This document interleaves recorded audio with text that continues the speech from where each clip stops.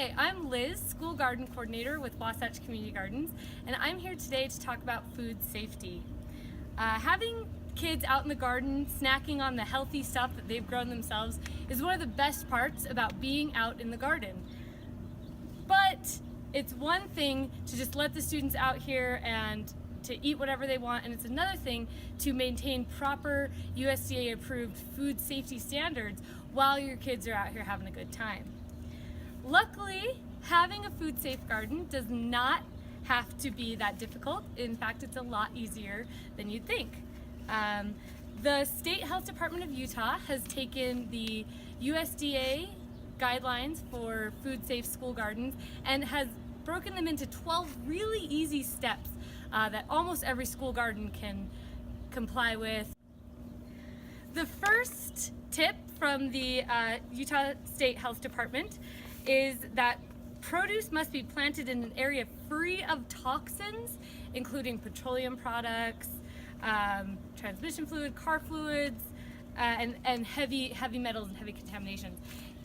One really easy way to meet this standard is to not use any in-ground soil that you know has been used for parking areas or other contaminating sources. A really easy way to comply with these standards is to just have raised garden beds, like you can see here at the Lincoln Garden. We've got these nice raised garden beds, or any other soil that you can import and be sure that it's pure and safe of those heavy metals.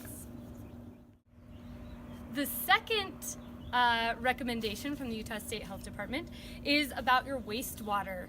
So if you've got water that you've used to rinse produce or rinse tools, none of that water can be used to water plants that are used for food.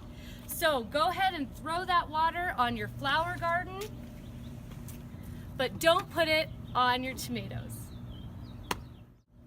The third recommendation is that non-treated animal waste cannot be used in your school garden.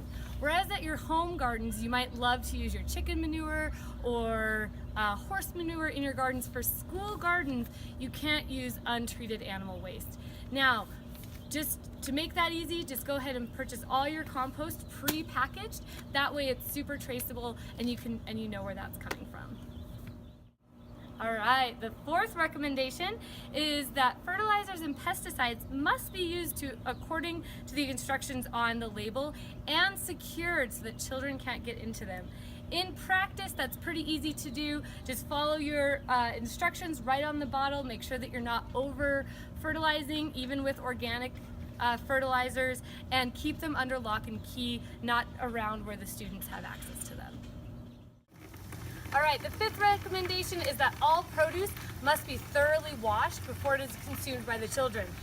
Now, this is a little bit tricky because the best part about being out here in the garden is picking things straight off the vine and eating them. So the way that we deal with that, if you have running water convenient in your garden and students can just pick the cherry tomato, rinse it off under running water, then they can go ahead and eat that. If you don't have access to running water in your garden, use a food safe spray bottle for the students, and you can spray either directly on the vine so that the kids can come and pick and eat, or you can spray after the students have picked it. The trick is that the water just has to run cleanly off the vegetable. You can't use a bucket to dunk your produce in to wash and eat. It needs to run cleanly off. So either the spray bottle or the clean running water. All right, the sixth recommendation is that produce waste cannot be left on the ground. What that means for gardeners is that you cannot leave raw food in any unopened bin. That includes compost bins. Now at home, I get it. You want to have those nice compost bays where you can flip the compost. In school gardens, it's a little different. No raw food can go straight on the ground. If you'd like a compost system at your school, invest in a tumble composter or other fully enclosed compost system. A great alternative to all that is using the city's brown bins and explaining to the students how composting can be something that's done on a larger scale, on a municipal scale, and that doesn't necessarily have to happen here at the garden. All right, that brings us to number 7, compost. Compost, no matter how you mix it, how you make it, must be completely composted before you can apply it to produce plants that students are going to eat. So again, just like that manure, buy compost for traceability and to make sure it's totally composted. And if you would like to have a compost system at your garden, just get a tumble composter and have someone that really knows how to check that compost before it's applied to your garden beds. All right, the 8th recommendation from the Utah State Health Department is that any piece of produce that has spoilage or a blemish on it cannot be used to feed kids. At home, I'm a big part of cut off the bad part, eat the rest. In the garden, when working with children, that doesn't fly. You've gotta throw away that whole piece of produce.